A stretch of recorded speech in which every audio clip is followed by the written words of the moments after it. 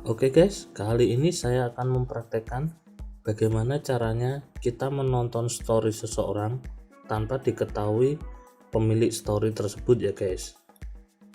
Ya, bagi sebagian orang cara ini mungkin nggak guna ya guys, tapi mungkin masih banyak dari sebagian orang yang belum tahu caranya gimana kita bisa melihat story seseorang tanpa seseorang tersebut mengetahuinya.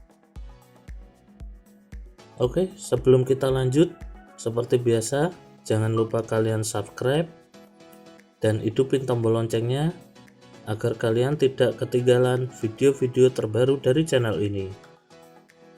Gak perlu lama-lama lagi, mari kita ke tutorialnya.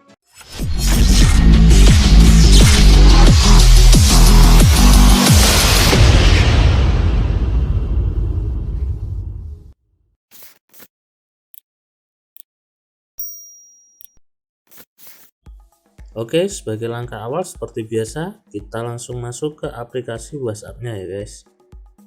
Oke, di sini langsung saja kita menuju ke settingan di tombol titik 3 atas ini ya. Kalian masuk ke setelan, lalu kalian pilih akun, kalian masuk ke privacy, lalu scroll ke bawah. Di sini ada tulisan laporan dibaca. Di sini kalian nonaktifkan aja ya guys. Kalian nonaktifkan laporan dibaca ini. Oke.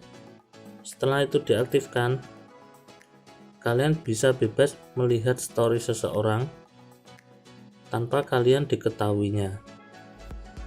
Tapi cara ini juga mempunyai kelemahan ya guys. Kelemahannya adalah di saat kita bikin story, kita juga nggak akan bisa melihat siapa aja yang sudah melihat story kita. Jadi di sini itu disilang ya guys. Dan jika kalian ingin mengaktifkannya kembali, langkahnya seperti tadi ya guys. Kalian kembali, masuk aja ke setelan, lalu kalian pilih akun, kalian pilih privacy. Nah, di sini laporan dibacanya kalian nyalakan kembali ya guys.